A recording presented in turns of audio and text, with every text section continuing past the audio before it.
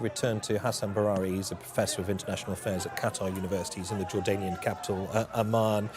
Hassan, as you may have heard there, multiple reports, most of them coming, of course, from Israel, specifically an Israeli army radio reporter claiming that the Hamas military chief, Mohammed Deif, was the intended target of these strikes. Of course, what we do know for certain is that the consequences are devastating for civilians in that particular part of Western Rafah. Your thoughts on what we're hearing from Israel?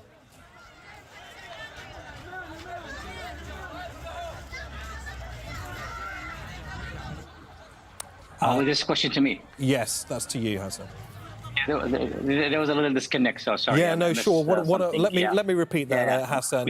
What I was saying is, I'm sorry, what I was saying is that there are reports coming from Israel, specifically from an Israeli army radio reporter, claiming that the intended target of these multiple Israeli airstrikes was the Hamas military chief, Mohammed Deif. We have no way of independently verifying that, of course, but what we can clearly see on our screens is how devastating these airstrikes have been for the many civilians crowded there in al-Mawasi. Yeah, you're right. I know Mohammed Deif is a big target for the Israelis. They've been trying to kill him for like ages. So there were several attempts on his life, but they all failed.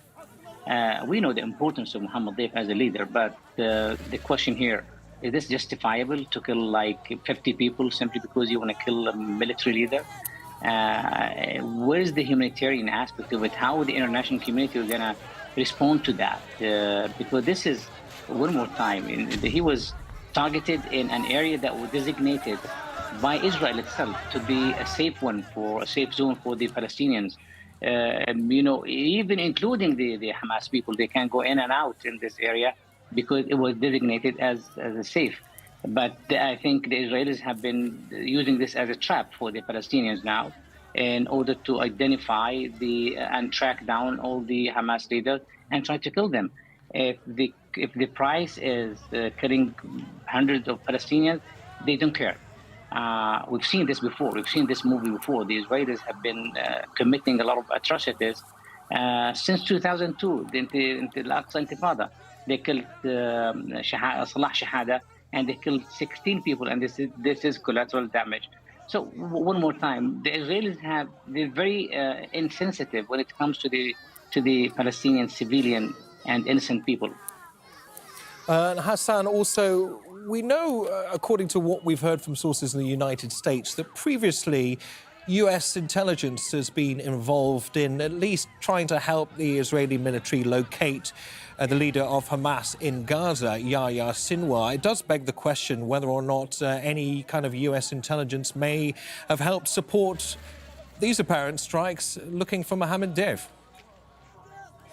All we know is that there's an American unit working with the Israelis and to provide them with intelligence.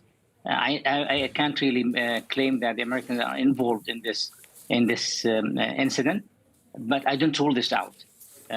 So the Americans have been providing them with a lot of information, a lot of intelligence, and also the Israelis have been trying by using different means to track down Hamas leaders and high and ranking military leaders in order to kill them, and this helped Netanyahu in Israel to be seen as a victorious leader, because as we know, majority of Israel see him as someone who does not fit the bill of leadership.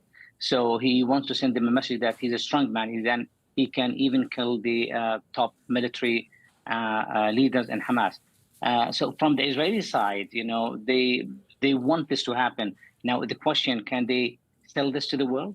Can they tell the world that Mohammed Deif is quote unquote is terrorist, and for this reason it's okay to kill the civilians? I think they're going to have uphill battles to convince the international community, and I think that there will be an outcry at the global level against this atrocity that is totally unjustified. And as you suggest there, I mean, in the past, Israel has struggled to provide the world with evidence of claims. I'm talking about the likes of the Al-Aqsa hospital being used as a major command centre for Hamas. I mean, the list goes on. It does beg the question whether they will be able to provide any potential evidence of these claims that we're hearing.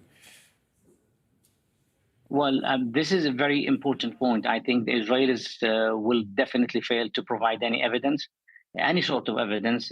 But the question here, they don't care.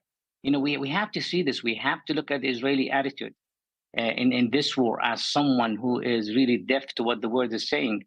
All their interest lies in America. As long as America supports Israel, the Israelis will believe it's okay for them, because there's no price tag. There's no clear price tag on the Israeli atrocities against the Palestinians. And this genocidal war has been on for 9 months, and we can't see really international stand against it. I mean, there are some, we can't talk about the civil society at the international level, the global south, etc. We can see even some Western capitals voicing their critique against Israel, but Israel is not punished by its deeds in Gaza. Hassan Barari, thank you so much for your analysis for now. As we continue with our extended coverage of this developing story from Gaza, if you are joining us here on Al Jazeera, we have been reporting on some breaking news from Gaza, where Israeli airstrikes have killed at least 50 people in the al-Mawasi area that's west of Khan Yunis. Medical sources have told Al Jazeera that dozens are injured. Israeli warplanes reportedly fired missiles at displaced Palestinians living in tents. They also targeted civil defense personnel responding to the attacks. Dozens of injured Palestinians have been taken to the nearby Nasser hospital in Khan Yunis.